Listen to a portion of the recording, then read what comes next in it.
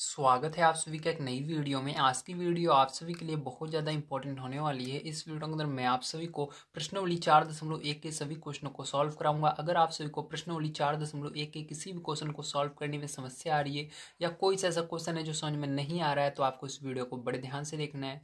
इसके पहले की जितनी भी एक्सरसाइज हैं सबको मैंने कंप्लीट करवा दी है। अगर आप सभी को उनकी प्लेलिस्ट चाहिए तो आप हमारे चैनल पर जाएंगे, वहाँ पर मिल जाएगी। इसके अलावा मैंने डिस्क्रिप्शन बॉक्स में दिया है, उसको भी चेक कीजिए, उसके अंदर भी आपको प्लेलिस्ट सबसे ऊपर मिल जाएगी। आइए अभी हम देखते हैं पहला नंबर क्वेश्चन क्या दिया गया है और इसको किस प्रकार से हम सॉल्व करेंगे।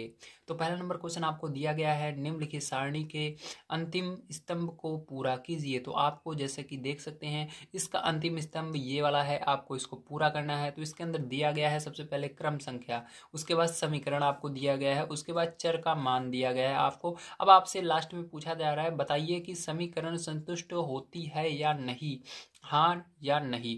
ठीक है, इसका मतलब है कि आपको क्या करना है, सबसे पहले चर का जो मान है इसको उठा करके इस समीकरण के अंदर रखना है।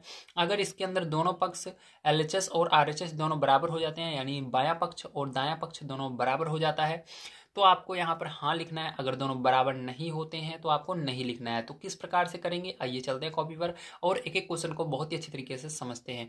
अगर आप सभी हमारे चैनल पर पहली बार आए हैं तो हमारे नेक्स्ट वीडियो देखने के लिए चैनल को सब्सक्राइब कीजिएगा। यहाँ पर मैं आप सभी को 6 से लेकर के 12 तक की जितनी भी पुस्तकें हैं, जितनी भी बुक हैं, सबको कंप्लीट कराता हूं। अभी हम देख रहे हैं क्लास 7 का चैप्टर नंबर 4 का प्रश्नावली 4.1। आइए पहला नंबर क्वेश्चन यहाँ पर हम सॉल्व करते हैं। तो चलिए सबसे पहले पैर जो यहाँ पर हम दो क्वेश्चन को लेते हैं, जो कि पहला नंबर है और दूसरा नंबर है। अब इसको किस तरह से मैंने लिखा है इसको सबसे पहले मैं आपको समझा देता हूँ, नहीं आप सोचेंगे कि सर आपने किस तरह से लिख दिया है। ठीक है, आइए समझ लेते हैं। सबसे पहले मैंने क्या किया, इसके अंदर समीकरण को लिखा है। देखिए समीकरण ये रहा, उसके बाद कॉमा लगाया है, उसके बाद जो आगे आपका चर का मान है उसको कॉमा के आगे लिख दिया है। ठीक, इसी तरह से इसमें भी मैंने लिखा है। तो आइए इन दोनों क्वेश्चनों को आप करते हैं, ध्यान से आप समझिएगा। तो यहाँ पर हमको क्या दिया गया है, दिया गया है x बराबर 3। ठीक है, तो यहाँ पर क्या लिखेंगे, लिखेंगे यहाँ पर देखो, लिखेंगे दिया है x बराबर 3। ठीक है, तो आपको क्या करना है, इसको समीकरण में रख देना है इस वाले।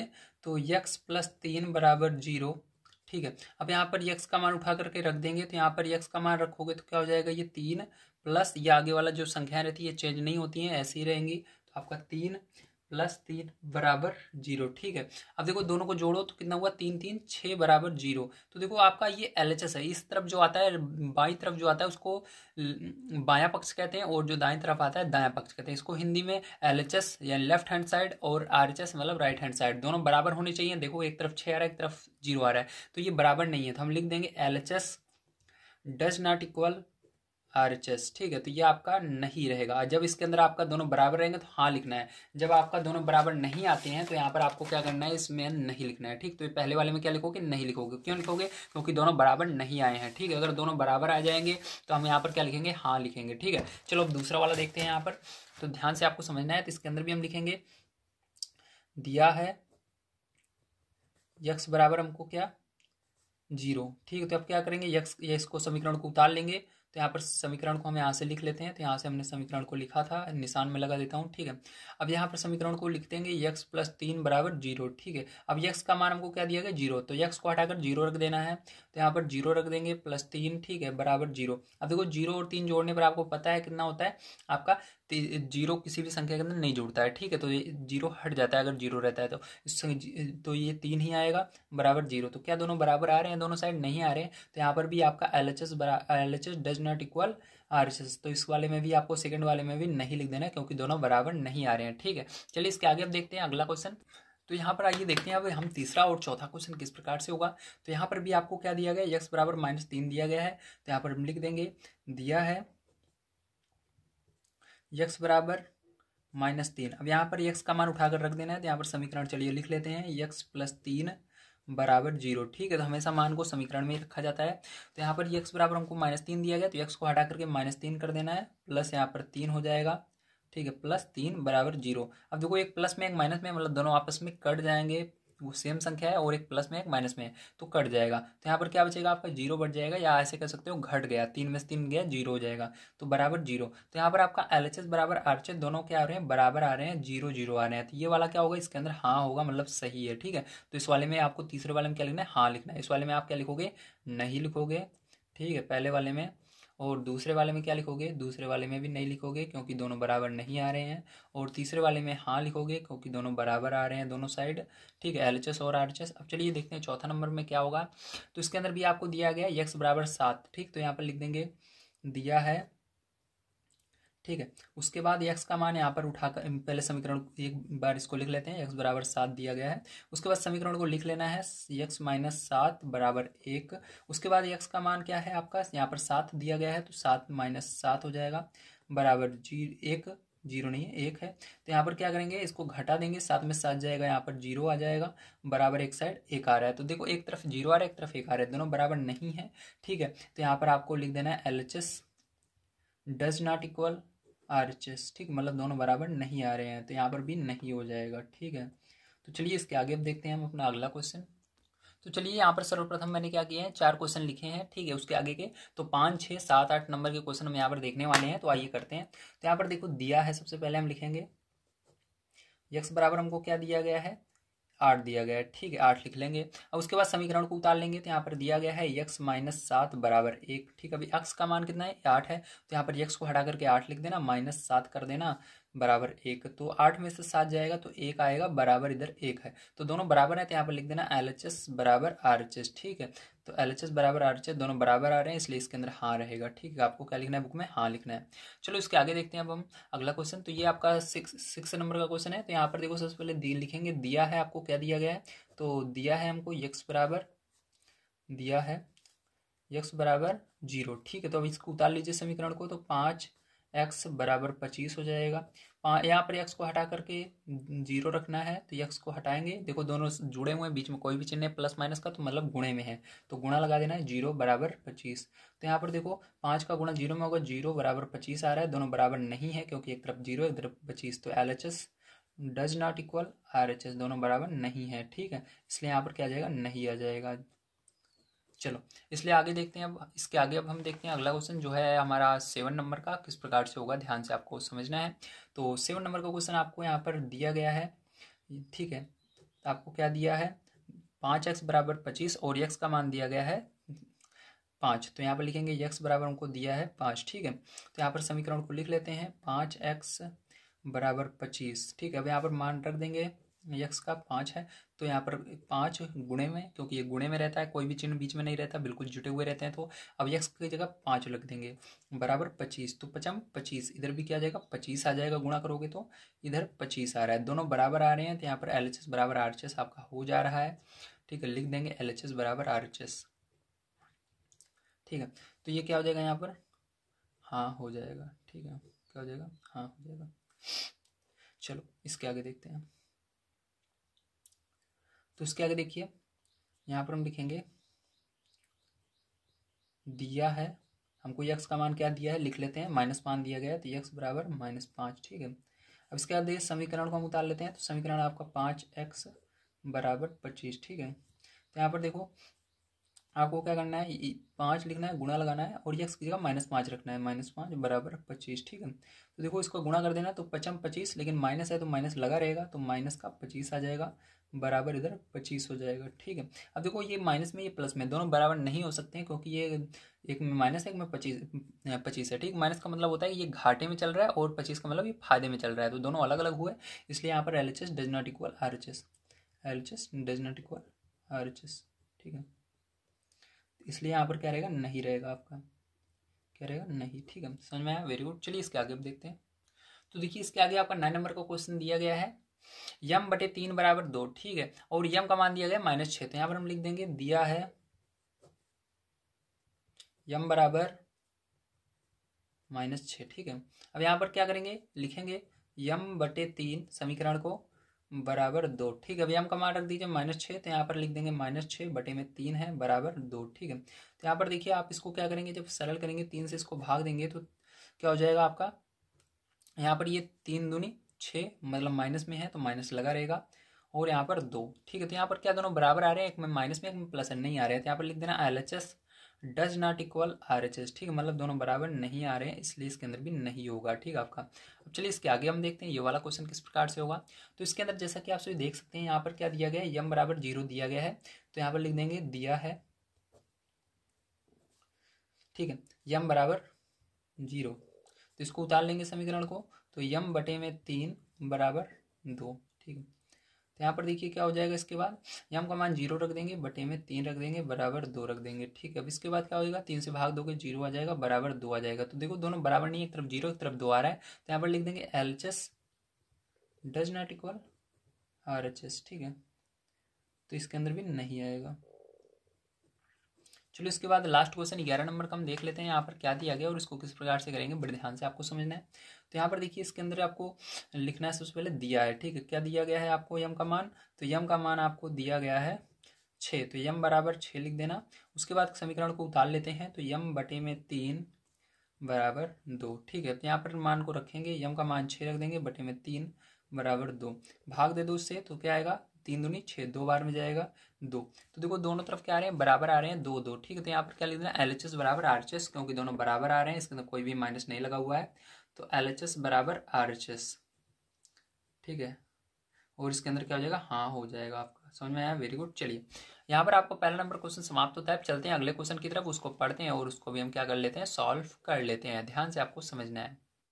तो चलिए अब हम देखते हैं सेकंड नंबर का क्वेश्चन क्या दिया गया और इसको किस प्रकार से करना है। जैसा कि आप सभी देख सकते हैं यहाँ पर सेकंड नंबर क्वेश्चन दिया गया है, जांच कीजिए कि कोष्टकों में दिए हुए मान दिए गए संगत समीकरण के हल हैं या नहीं। ठीक है, तो आपको क्या करना है, सेम जैसे भी हमने ऊपर किया था बिल्कुल उसी तरह से इसको भी हल करना है। तो यहाँ पर देखिए सबसे पहले मैंने 2 क्वेश्चन को लिख लिया। आइए इन दोनों क्वेश्चन को सबसे पहले समझते हैं किस प्रकार से किया जाएगा। अगर आप इन दोनों क्वेश्चनों को बढ़िया तरीके से समझ जाते हैं तो जितने भी क्वेश्चन है आप बहुत ही आसान तरीके से कर लोगे। ठीक है, तो यहाँ पर देखिए n का मान हमको पहले से दिया गया है, 1 दिया गया, और यहाँ पर भी n का मान 2 दिया गया है। ठीक है, तो चलिए यहाँ पर हमको लिखने की जरूरत नहीं है, डायरेक्ट हम क्या करेंगे, यहाँ पर समीकरण को लिखेंगे। तो यहाँ पर हम लिखेंगे हल। ठीक, क्या लिखेंगे, हल लिख करके इसको हल करते हैं सबसे पहले। तो चलिए ध्यान से आपको देखना है, तो इसको उतार लीजिए समीकरण को। तो यहाँ पर इसको उतारते हैं, दिया गया है n + 5 बराबर 19। ठीक है, अब देखो n का मान आपको क्या दिया गया, 1 दिया गया, तो n को हटा करके 1 लिख देना और उसके बाद 5 लिख देना, बराबर 19। ठीक है, ये हो जाएगा। अब देखो इन दोनों को जोड़ लेते हैं, 1 और 5 जोड़ोगे कितना हो जाएगा, 6 बराबर 19। तो क्या ये दोनों बराबर आ रहे हैं, नहीं, दोनों बराबर नहीं आ रहे, इसलिए यहाँ पर आपको नहीं लिखना है। अगर दोनों बराबर आ रहे हैं तो हाँ लिखना है। ठीक है,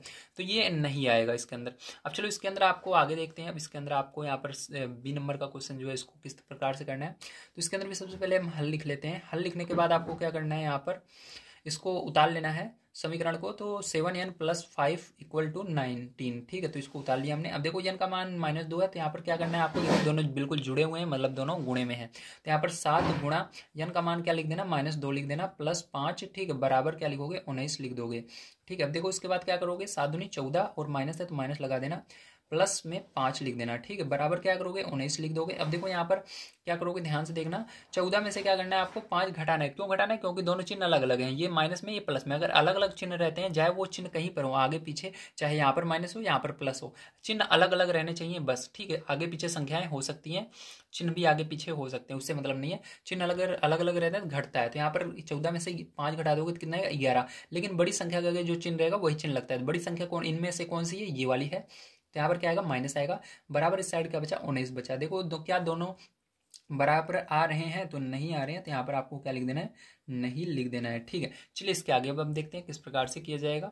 तो देखिए जैसा कि आप सभी देख सकते हैं ये सी नंबर का क्वेश्चन है। अब इसको किस प्रकार से करेंगे, तो यहाँ पर देखिए आपको समीकरण क्या दिया गया है, यहाँ पर आपको समीकरण जो दिया गया है उसको सबसे पहले लिख लेना है। दिया गया है 7n, ठीक है, +5 = 19। ठीक है, तो ये दिया गया है 7n, ठीक है, जिसको कहते हैं 7n + 5 बराबर 19। ठीक है, हिंदी में मैं आपको बताता हूँ, नहीं तो आपको समझ में नहीं आएगा।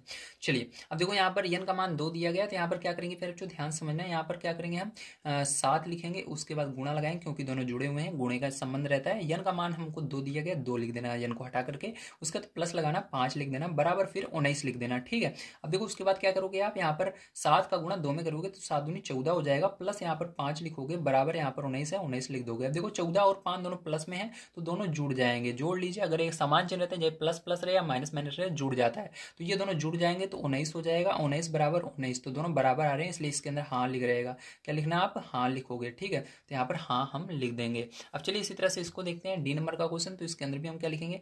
हल लिखेंगे सर्वप्रथम, उसके बाद इसको हल करते हैं। अब देखो यहाँ पर 4p को, इस समीकरण को उतार लो, 4p माइनस 3 बराबर 13, ठीक है। 4p माइनस 3 बराबर 13। अब p का मान क्या है? 1 है, तो यहाँ पर क्या लिखेंगे हम?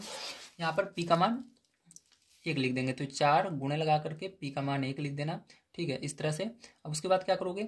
माइनस 3 लिखोगे बराबर 13, ठीक है। अब देखो क्या करोगे, यहाँ पर गुणा करोगे तो 4 एकम 4 हो जाएगा, माइनस का 3 हो जाएगा, बराबर इधर 13 हो जाएगा। अब देखो 4 में से 3 घटा देना, 1 आ जाएगा, 1 बराबर 13, ठीक है। अब देखो दोनों बराबर आ रहे हैं क्या? नहीं आ रहे हैं, तो यहाँ पर लिख देना नहीं, ठीक है। तो यहाँ पर नहीं लिख देना। तो या आप इसके अंदर एक चीज और जोड़ सकते हो, मैंने आप उसको बताना भूल गया। LHS बराबर LHS does not equal RHS, इसको लिखना जरूरी है, ठीक है, इसको लिख लीजिएगा हमेशा। और इसके अंदर भी LHS does not equal RHS, क्योंकि दोनों बराबर नहीं है, ठीक है। तो इस तरह से लिख दीजिएगा। जब दोनों बराबर नहीं रहेंगे तो नहीं आएगा, जब दोनों बराबर रहेंगे तो हाँ आएगा, ठीक है। तो यहाँ पर भी आप लिख दीजिएगा LHS इक्वल टू RHS, दोनों बराबर हैं, इसलिए यहाँ पर क्या आया है? हाँ आया है। यहाँ पर क्या होगा? LHS does not equal RHS, ठीक है, इतना लिख दीजिएगा। समझ में आया? Very good. चलिए अब इसके आगे देखते हैं अगला क्वेश्चन क्या दिया गया, किस प्रकार से करेंगे। तो चलिए अगले 2 क्वेश्चन हम देख लेते हैं इस क्वेश्चन के। तो यहाँ पर ई और एफ नंबर का ध्यान से आप देखिएगा। तो यहाँ पर सर्वप्रथम हम हल लिखेंगे, और हल लिखने के बाद इसको हल कर लेते हैं, ठीक है।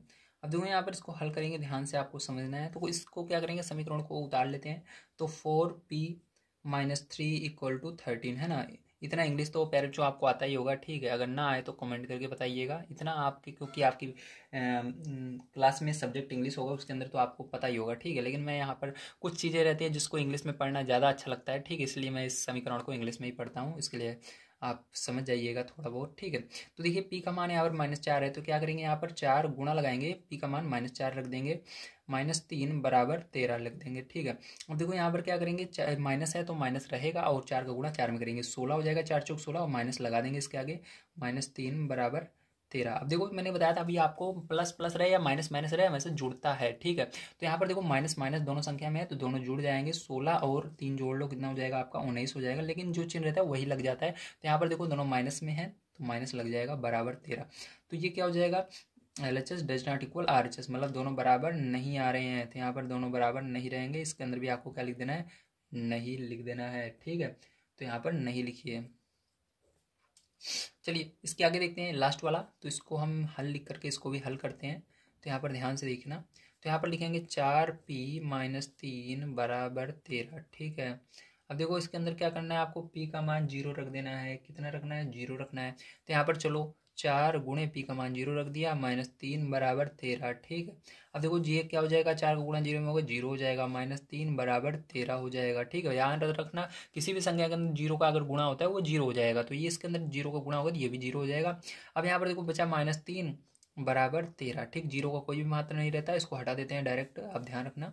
तो यहाँ पर आपका क्या बन जाएगा? ये बन जाएगा। तो दोनों बराबर आ रहे हैं क्या? नहीं आ रहे हैं, तो यहाँ पर लिख देना LHS does not equal RHS, ठीक है। तो ये हो जाएगा।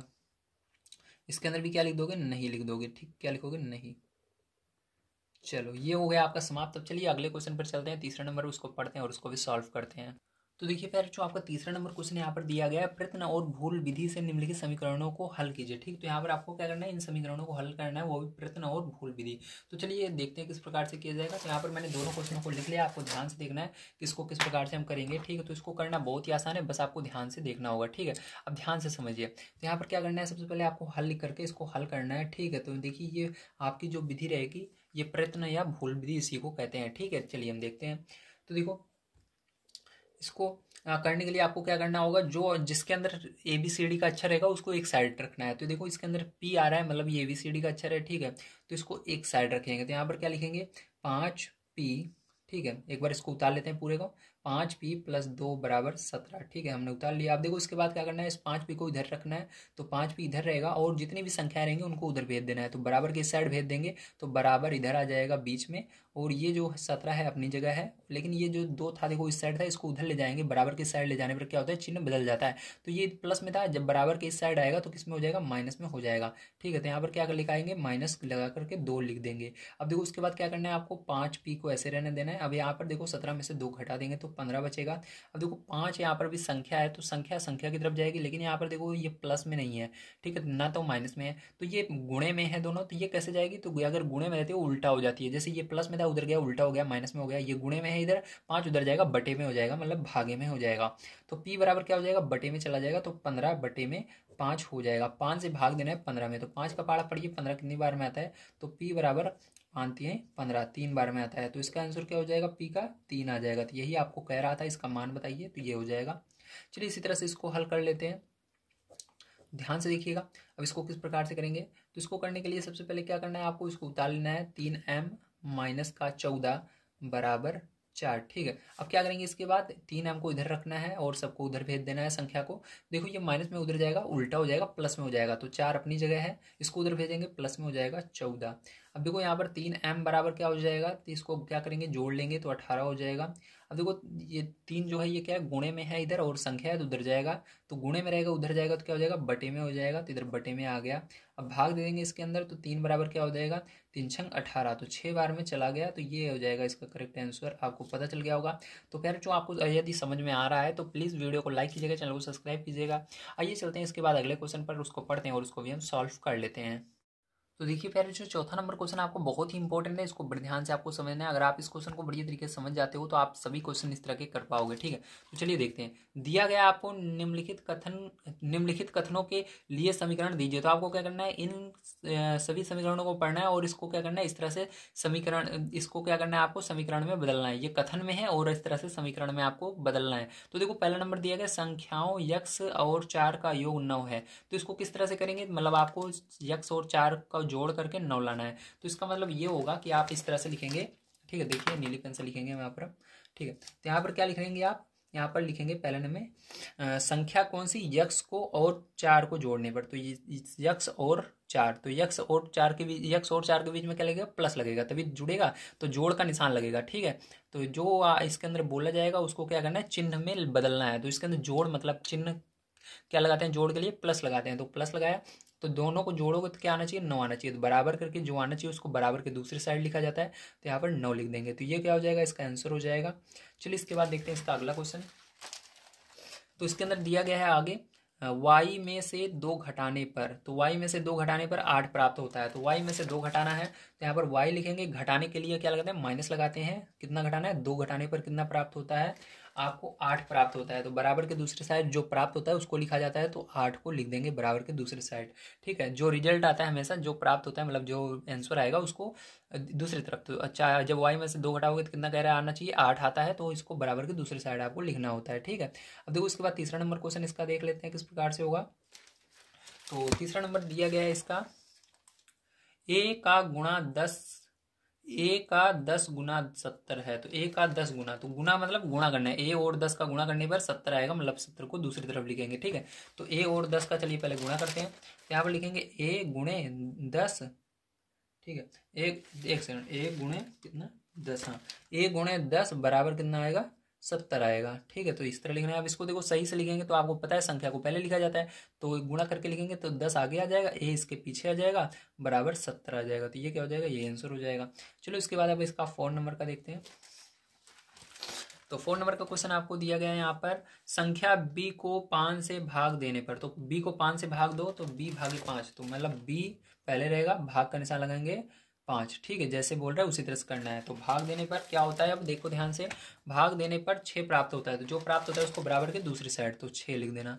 अब देखो इसको लिखने का सही तरीका क्या होता है, b भाग के लिए बटे लगाते हैं, फिर 5 लिखते हैं, बराबर 6 लिखते हैं। ठीक है, तो इसको लिखना है इस तरह से। अब चलो इसके आगे देखते हैं अगला क्वेश्चन किस प्रकार से इसका किया जाएगा। ठीक है, उसको ध्यान से आपको समझना है। तो 5 नंबर का ध्यान से देखिएगा। तो 5 नंबर का यहाँ पर दिया गया है, t का 3/4 15 है। तो t टी का मतलब कहता है गुणा होता है, ध्यान रखना, का कभी भी रहे गुणा। जैसे यहाँ पर ए का 10 गुना, तो यहाँ पर गुणा पहले दे दिएगा था, अगर ना देता तो अब तब भी आपको यहाँ पर का मिल रहा है, मतलब गुणा करना है। तो इसके अंदर टी का 3/4, तो टी का गुणा किससे करना है, 3/4 में करना है। तो 3/4 कैसे लिखते हैं, ध्यान से देखो, तो टी गुणे लगाना है का की जगह, और 3/4, इसको 3/4 बोलते हैं, ठीक है। 3/4 कितना है, तो 3/4 यहाँ पर है 15 है, ठीक। तो बराबर करके क्या लिखना है, 15 लिख देना है, ठीक है। ध्यान से देखना, यहाँ पर क्या करोगे, टी का गुणा 3 में करोगे, ठीक है, तो 3t हो जाएगा, बटे में क्या हो जाएगा, 4 हो जाएगा, बराबर क्या हो जाएगा आपका 15 हो जाएगा, ठीक है। तो ये हो जाएगा इसका आंसर। चलिए इसके आगे अब देखते हैं अपना अगला क्वेश्चन 6 नंबर का किस प्रकार से इसके अंदर होगा। तो 6 नंबर का ध्यान से देखिए। तो 6 नंबर का आपको यहाँ पर दिया गया, यम का 7 गुना और 7 का योगफल आपको 77 देता है। तो यम का 7 गुना करना है सबसे पहले, तो यम का गुणा 7 में कीजिए। उसके बाद क्या कह रहा है, आगे पढ़ते हैं, तो उसके आगे कह रहा है और 7 का योगफल आपको 77 देता है, और इसके अंदर क्या करना है, 7 जोड़ना भी है, तो आपको क्या मिलता है, 77 मिलता है, ठीक है। इस तरह से कह रहा है। अब देखो इसको सरल करेंगे, मतलब इसको गुणा करेंगे तो 7 को पहले लिखा जाता है, तो यहाँ पर 7 हो जाएगा और यहाँ पर यम हो जाएगा, ठीक। क्या हो जाएगा, 7 हो जाएगा, यम हो जाएगा। इसको मैं तीर लगा देता हूँ ताकि आपको आंसर पता चल जाए, ठीक। तो ये वाला नीचे वाला आंसर होगा। तो यहाँ पर देखो +7 लिखना बराबर 77, तो ये क्या हो जाएगा, यही करेक्ट आंसर हो जाएगा। 6 के बाद चलिए 7 नंबर का इसका क्वेश्चन देख लेते हैं, ध्यान से आपको समझना होगा, ठीक है। तो 7 नंबर का क्वेश्चन ध्यान से देखिए। तो दिया गया है आपको 7 नंबर का क्वेश्चन, एक संख्या यक्स की चौथाई ऋण 4 आपको 4 देता है। तो आपको क्या करना है, एक संख्या जो है यक्स है उसका क्या करना है, चौथाई, की का मतलब ही गुणा होता है, ध्यान रखना, ठीक है। तो की चौथाई, चौथाई मतलब 1/4, ठीक है। तो आपको क्या करना है, यक्स के अंदर गुणा करना है किसका, 1/4 का, और उसके अंदर आगे कह रहा है आपको, आगे क्या कह रहा है, कह रहा है ऋण 4 आपको 4 देता है, और इसके अंदर से क्या करना है, ऋण 4 मतलब 4 घटाना है, ऋण का मतलब क्या था, घटाना। तो इसके अंदर से 4 घटा करके आपको क्या मिलता है, घटा करके आपको 4 मिलता है, तो बराबर करके फिर 4 फिर से लिख देना है। अब देखो इसके अंदर गुणा करोगे तो यक्स एक कम यक्स हो जाएगा, ठीक है। बटे में क्या है, 4 है, 4 रहेगा, -4 बराबर क्या आ जाएगा, 4 आ जाएगा, ठीक है। समझ में आया, वेरी गुड। चलिए इसके आगे अब देखते हैं। आगे कह रहा है यदि आप y के 6 गुने में, तो y के अंदर 6 का गुणा करना है सबसे पहले, यहाँ पर चलिए कर लेते हैं। तो आपका 8 नंबर का क्वेश्चन, y के अंदर 6 का गुणा करना है, ठीक, कर लिया मैंने। अब इसके बाद देखो 6 गुने में से 6 घटाएं, तो अब आपको इसके अंदर 6 घटा भी देना है तो -6 कर देंगे, 6 घटा भी देना है, तो आपको क्या प्राप्त होता है, तो आगे कह रहा है तो आपको 60 प्राप्त होता है। तो 60 को दूसरी तरफ बराबर के लिखेंगे, तो बराबर 60, ठीक है। अब इसको सरल करते हैं तो क्या हो जाएगा, 6y -6 बराबर 60, ठीक है। तो ये क्या हो जाएगा, ये आंसर हो जाएगा इसका। चलिए इसके बाद आगे देखते हैं अपना अगला क्वेश्चन। तो इसके बाद 9 नंबर का क्वेश्चन देखते हैं यहाँ पर, ठीक है। तो ध्यान से देखना है आपको 9 नंबर का क्वेश्चन। तो 9 नंबर का आपको क्वेश्चन दिया गया है, यदि आप जेड के 1/3 में, तो जेड के 1/3 मतलब जेड के अंदर 1/3 का गुणा करना है। तो जेड के अंदर क्या करते हैं, सबसे पहले हम 1/3 का गुणा कर लेते हैं, 1/3 ठीक है। जेड का 1/1/3, जेड का 1/3 हो गया। मैं आपको क्या करना है, 3 जोड़ना है, तो 3 इसके अंदर जोड़ भी दीजिए, +3 लिख देंगे। तो आपको क्या होता है, आगे कह रहा है 30 प्राप्त होता है, तो आगे प्लस बराबर करके 30 लिखना है, जो प्राप्त होता है बराबर के दूसरे साइड, ठीक है। तो बराबर 30 प्राप्त होता है, गुणा करिए, जेड कम जेड हो जाएगा, बटे में 3 हो जाएगा, प्लस यहाँ पर 3 हो जाएगा, बराबर 30 हो जाएगा, ठीक है। तो ये क्या हो जाएगा, ये आंसर हो जाएगा। तो आप सभी को समझ में आया होगा किस प्रकार से आपको इन सभी क्वेश्चनों को करना था। आज अभी मैंने आपको ये जो 4 नंबर का क्वेश्चन है इसको पूरा कंप्लीट करवा दिया है। अब चलते हैं इसके आगे, हम अपने देखते हैं 5 नंबर क्वेश्चन किस प्रकार से किया जाएगा। तो 5 नंबर क्वेश्चन आइए पढ़ लेते हैं, देखते हैं क्या दिया गया है। तो दिया गया है निम्नलिखित समीकरणों को सामान्य कथनों के रूप में लिखिए। तो आपको इसको सामान्य कथन के रूप में लिखना है। चलिए देखते हैं किस प्रकार से लिखेंगे इसको।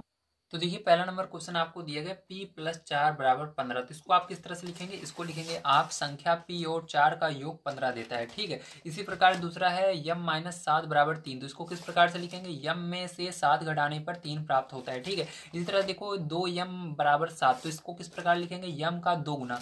तो देखो 2 गुना कैसे, ये 2 जो है इसको क्या करना है, आपको इस तरह से 2 नहीं लिखना, आप चाहो 2 इस तरह से भी लिख सकते हो, चाहो आप 2 हिंदी में भी लिख सकते हो, बात एक ही है। तो m का 2 गुना क्या कर दे रहा है, 7 दे रहा है, तो जो इधर रहता है उसको आपको क्या करना है, इस तरह से लिखना है, देता है, ठीक है, या दे रहा है या प्राप्त होता है, इस तरह से आप लिख दोगे। या इस तरह से है तो आप ऐसे भी लिख सकते हो, यम का 2 गुना 7 है, ठीक है, ये भी सही है। अब देखो इसी तरह से 4 नंबर का आपका दिया गया है यहाँ पर यम बटे 5 बराबर 3, ठीक है। तो इसको किस प्रकार से लिखोगे, लिखोगे संख्या यम को 5 से भाग देने पर 3 प्राप्त होता है, ठीक है। इसी प्रकार से देखो 5 नंबर का दिया गया 3m बटे 5 बराबर 6, तो इसके अंदर आप लिखोगे, ठीक है, यम का 3/4, क्या लिखोगे, 3/4, ठीक है, 6 देता है। यहाँ पर 3/4 मैंने लिख दिया है, यहाँ पर आप 3/4 की जगह क्या लिख दोगे, यहाँ पर देखो 3/4 रहेगा, ठीक है। ये यहाँ पर हो सकता है आपका गलत हो, ठीक है, तो यहाँ पर 5 नहीं रहेगा, ध्यान रखना, ठीक है।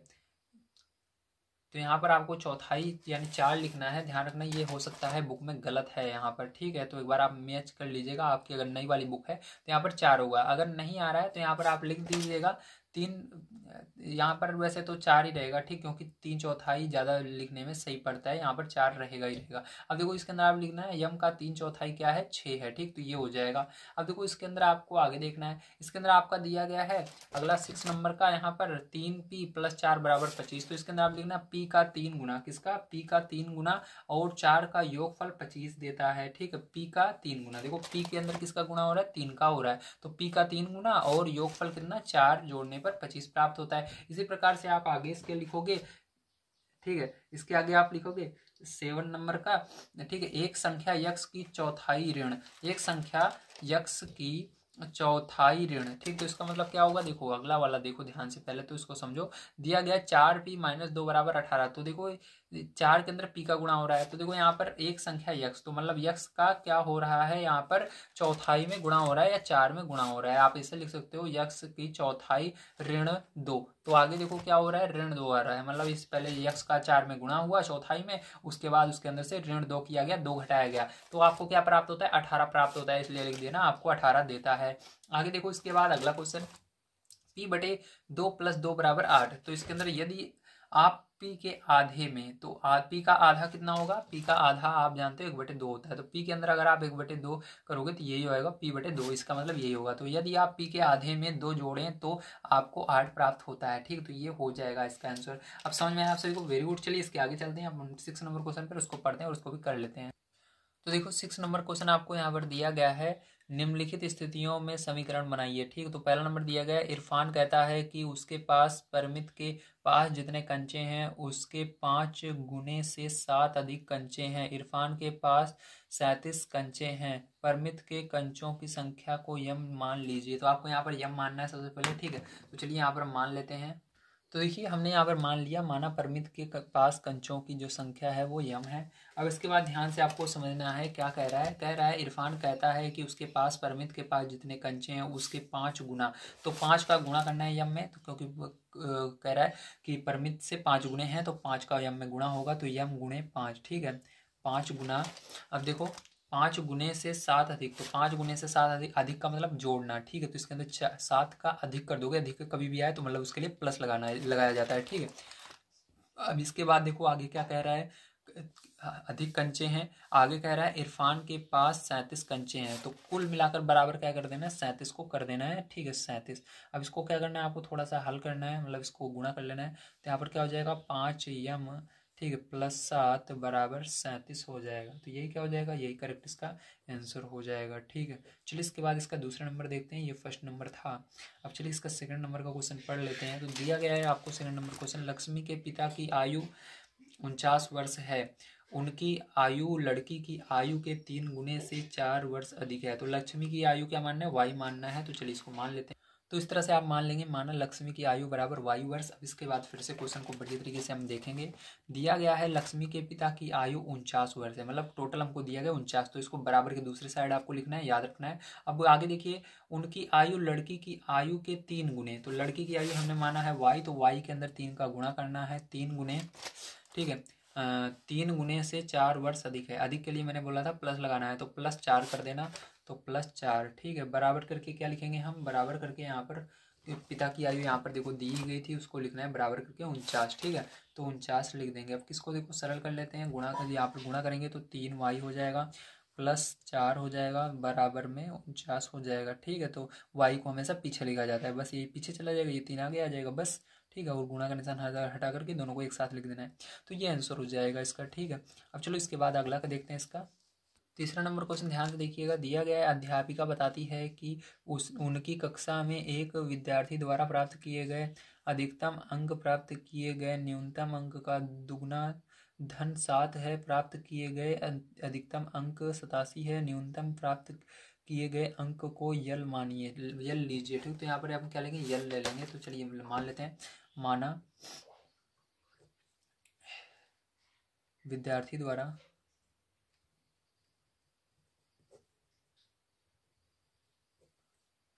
प्राप्त किए गए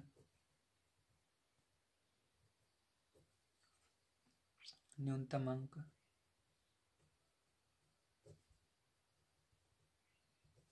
बराबर यल। ठीक है, तो इस तरह से मान लेना है।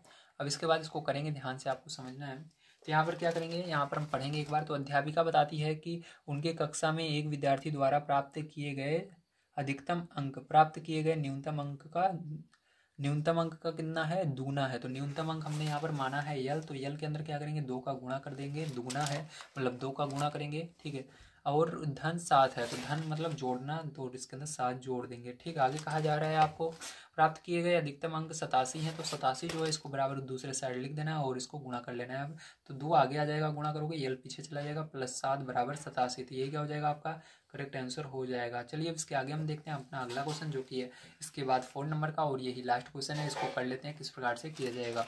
तो 4 नंबर क्वेश्चन दिया गया है। एक समद्विबाहु त्रिभुज में शीर्ष कोण प्रत्येक आधार कोण का दुगना है। मान लीजिए प्रत्येक आधार कोण 20 डिग्री है। याद रखिए कि त्रिभुज के तीनों कोणों का योग 180 डिग्री होता है। ठीक, तो आपको ये भी याद रखना है कि 180 डिग्री होता है। अब देखो यहाँ पर क्या करेंगे, हम ध्यान से देखना है आपको। तो इसके अंदर आपको मानना होगा। ठीक, तो यहाँ पर हम मानेंगे, ये आपको 4 नंबर का क्वेश्चन है। तो यहाँ पर हम मानेंगे, माना आधार का प्रत्येक कोण बराबर बी। हमने क्या माना, प्रत्येक कोण जो रहेगा वो क्या रहेगा, बी रहेगा। ठीक है, अब इसके बाद देखो क्या करना है, आपको ध्यान से देखना है। ठीक है, इसके बाद ध्यान समझिएगा। तो इसके बाद देखिए यहाँ पर लिखिएगा, इसलिए शीर्ष कोण क्या हो जाएगा, आपका 2b हो जाएगा। ठीक है, अब देखो ध्यान से समझना, शीर्ष कोण 2b हुआ क्यों। शीर्ष कोण हमने 2b इसलिए लिया क्योंकि आपकी बुक में ही दिया गया है। फिर से देख लीजिए, दिया गया एक समद्विबाहु त्रिभुज में शीर्ष कोण, देखो शीर्ष कोण ये रहा, प्रत्येक आधार कोण का दुगना है। तो हमने आधार कोण को क्या माना है, बी माना है, और शीर्ष कोण क्या हो जाएगा, दुगना हो जाएगा, तो 2b हो जाएगा। ठीक है, 2b नहीं 2b। ठीक है, 2b। अब देखो इसके बाद आगे क्या कहेंगे हम, आगे हम इसको देखते हैं। तो यहाँ पर हम लिखें, यहाँ पर दिया गया, मान लीजिए प्रत्येक आधार कोण 20 डिग्री है। याद रखिए कि, ठीक है, त्रिभुज के तीनों कोणों का योग 180 डिग्री होता है। अब यहाँ पर क्या करना है, 180 डिग्री होता है आपको पता है। और जो आपका यहाँ पर समद्विबाहु त्रिभुज होता है उसके अंदर टोटल कितने कोण बनते हैं, 3 कोण बनते हैं। ठीक है, तो पहला कोण हमारा निकल कर आ गया 2b, जो शीर्ष कोण रहेगा वो 2b रहेगा, और 2 कोण बचे उसको b मानेंगे। ठीक है, मतलब b और b, तो दोनों को इसको जोड़ लेंगे। इसलिए हम क्या लिखेंगे यहाँ पर, इसलिए यहाँ पर पहला कोण हमारा 2b होगा, प्लस दूसरा होगा b, और तीसरा भी होगा b, और तीनों का योग 180 अंश होता है। तो यहाँ पर 180 अंश लिख देंगे। अब देखो इन सबको जोड़ेंगे तो कितना हो जाएगा, यहाँ पर 2 3 4, तो 4b बराबर क्या हो जाएगा, 180 अंश हो जाएगा। ठीक है, तो यही क्या हो जाएगा, यही इसका आंसर आ जाएगा। ठीक है, त्रिभुज, और यहाँ पर लिख देना ये किस क्यों आया, यहाँ पर लिख देना। ठीक है, यहाँ पर आप लिख सकते हो त्रिभुज के कोण योग नियम से लिया है हमने। ठीक है, इसको तो फिर जो यहाँ पर आपकी ये पूरी जो एक्सरसाइज थी समाप्त होती है। अगर आपसे कोई वीडियो पसंद आया हो तो प्लीज़ लाइक कीजिएगा, चैनल को सब्सक्राइब कीजिएगा। मिलते हैं कल की वीडियो में। अगर आप सभी ने अभी तक हमारे चैनल को सब्सक्राइब नहीं किया, सब्सक्राइब कीजिएगा, और प्लेलिस्ट भी आपको हमारे चैनल पर मिल जाएगी। तो मिलते हैं अगली वीडियो में। वीडियो देखने के लिए धन्यवाद। आप सभी का दिन शुभ हो। Thank you very much.